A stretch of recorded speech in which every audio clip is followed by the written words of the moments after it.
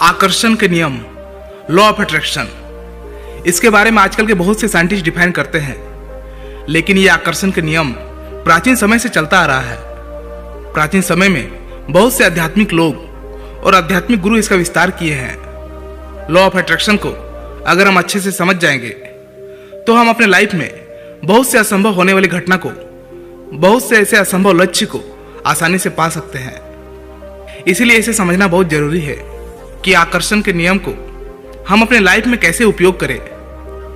आइए इसे समझते हैं एक छोटी सी प्राचीन कहानी से।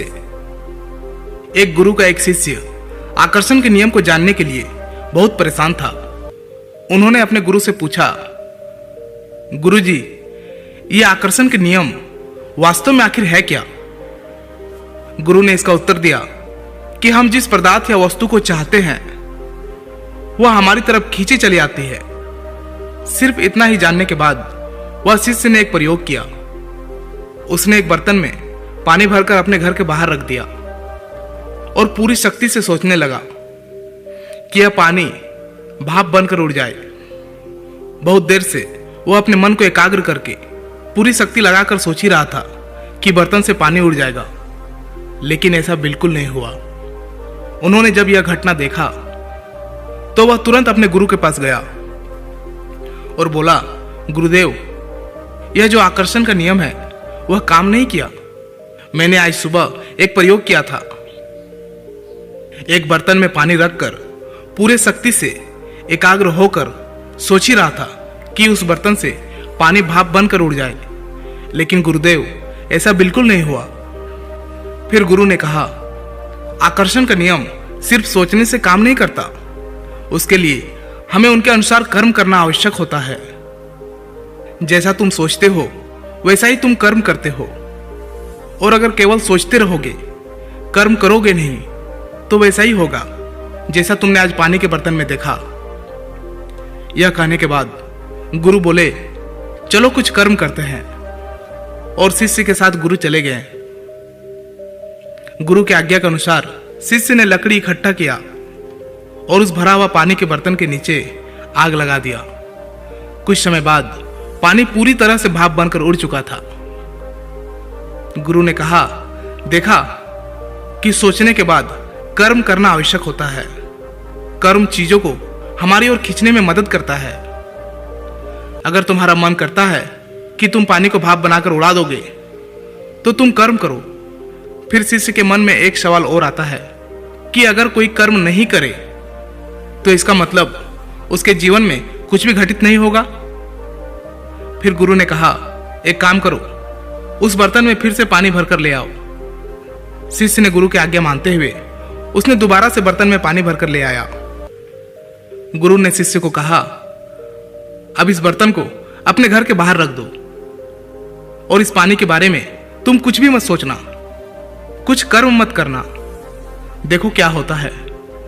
और हां, एक बात का ध्यान रखना, इस पानी को जैसे कोई ना पिए, ना कोई इंसान, ना कोई पक्षी और ना कोई जानवर। शिष्य बोले, ठीक है गुरुजी। उस दिन सुबह से शाम हो गई, लेकिन बर्तन का पानी में कोई फर्क नजर नहीं आया। पानी जैसे के तैसे था। यह देखकर वह हैरानी से दौड़ते हुए गुरु के पास गया और बोला, गुरुदेव, आज सारा दिन बीत गया, लेकिन उस बर्तन के पानी में कोई फर्क नजर नहीं आया। यह सुनकर गुरुजी मुस्कुराए और बोले, कुछ दिन बीतने के बाद तुम दोबारा आना, लेकिन याद रहे, उस बर्तन के पानी के बारे में कुछ भी नहीं सोचना है। फिर दूसरे दिन शिष्य ने देखा कि बर्तन के पानी में कोई बदलाव नहीं है। बर्तन की पानी का आयतन लगभग उतना ही था, सिर्फ थोड़ी सी नाम मात्र का कम दिख रहा था। इसी तरह समय बीतते गया। ठीक 7 दिन बीतने के बाद उस बर्तन का पानी पूरा खाली हो गया। यह देखकर शिष्य आश्चर्य हो गए और दौड़ते हुए गुरुजी के पास गया। बोला, गुरुदेव, उस बर्तन का पानी शायद कोई पशु या पक्षी पी गया है। बर्तन बिल्कुल खाली हो गया है। गुरु ने कहा, किसी ने उस बर्तन को खाली नहीं किया। तुम्हारे चाहने या ना चाहने से इस पानी को भाप बनने या जमने से कोई रोक नहीं सकता।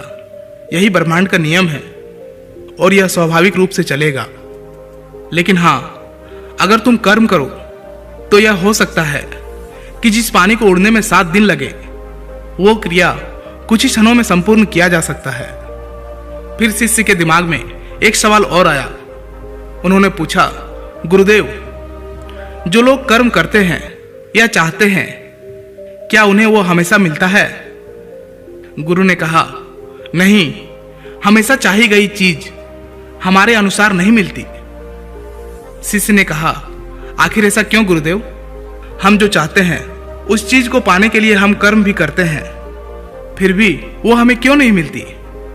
तो इससे आकर्षण का नियम झूठा साबित नहीं हो जाएगा? फिर गुरु ने कहा, नहीं, ऐसा नहीं है।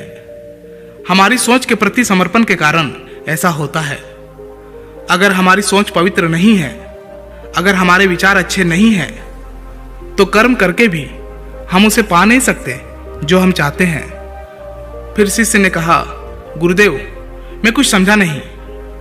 गुरु ने कहा, इस बर्तन पर दोबारा से पानी भरकर ले आओ।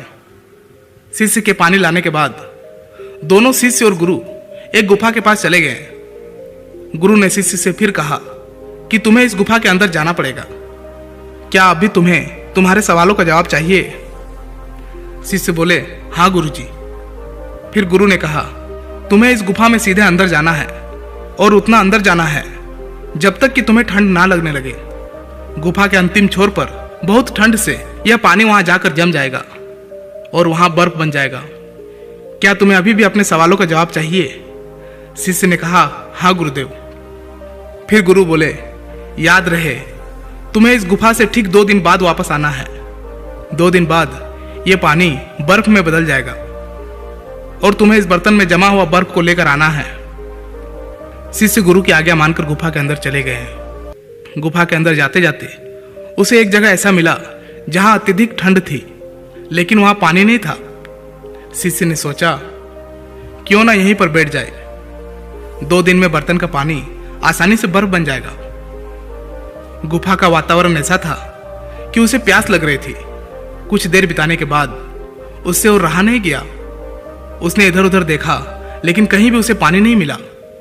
फिर उसने सोचा, क्यों ना मैं थोड़ा सा पानी इसी बर्तन से ही पी लूं, और वैसे भी ये तो बर्फ बन जाएगा, तो इससे पानी का लेवल भी पता नहीं चलेगा। यह सोचकर वह उस बर्तन से थोड़ा पानी पी गया। प्यास इतनी लगी थी कि उसकी प्यास नहीं बुझी।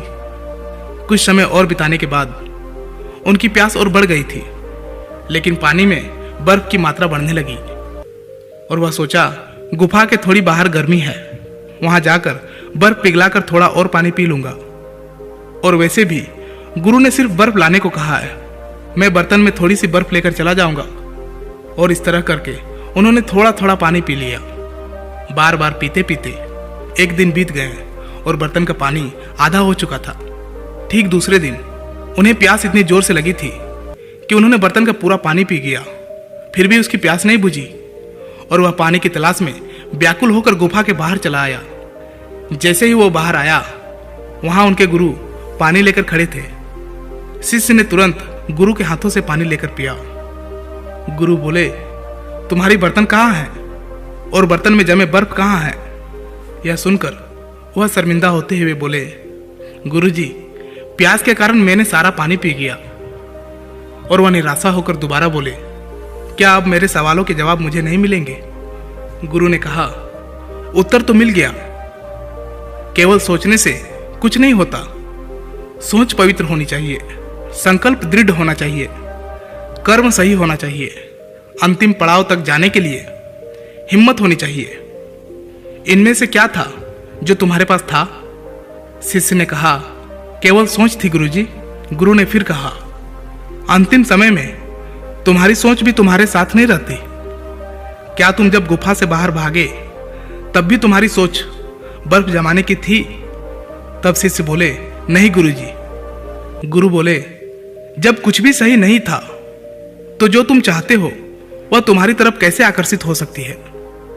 फिर शिष्य उदास होकर बोले, मैं चाहता हूं कि मुझे बुद्धक प्राप्त हो जाए, मैं जागृत हो जाऊं। गुरु बोले, तुम एकदम सही जगह में हो। यह ब्रह्मांड तुम्हारा साथ दे रहा है। यह तुम्हें ऐसी स्थिति में लाकर खड़ा किया जिससे तुमने यह ठीक से सीख भी लिया। तुम्हारे आगे बढ़ने के राह में यह सीख तुम्हारी मदद करेगी। शिष्य ने कहा, गुरुजी, आज मैंने बहुत गहरी बात सीखी है। मुझे लगता है यह ब्रह्मांड मुझे इस राह को पाने में मेरी मदद कर रहा है। फिर शिष्य बोले, मुझे डर लगता है कि कहीं मैं अपने राह से भटक न जाऊं। गुरु ने कहा, शुरुआत ही अंत होती है। हमारी सोच हमारी शुरुआत होती है और शुरुआत में ही तुम्हें एक अच्छी सीख मिली है। हमारी सोच में मिलावट नहीं होनी चाहिए।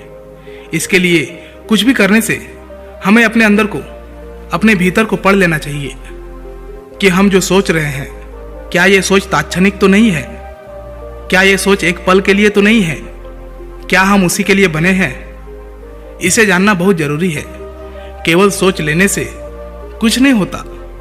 एक सोच आपके लिए रास्ता बनाती है तो दूसरी सोच उसी रास्ते को नष्ट भी कर सकती है। इसीलिए हमारे मन में दृढ़ता और स्थिरता बहुत जरूरी है। आपकी सोच चीजों को आपकी ओर आकर्षित कर सकती है। आपके कर्म उस चीज को पाने में आसान कर सकता है और आपका दृढ़ संकल्प और पवित्रता उस चीज को पाने के लिए आपको निरंतर बनाए रखता है।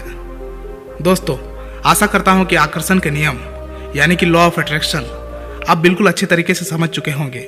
अगर इस कहानी से आपको कुछ सीखने को मिला तो इसी तरह के मोटिवेशनल वीडियोस पाने के लिए चैनल को जरूर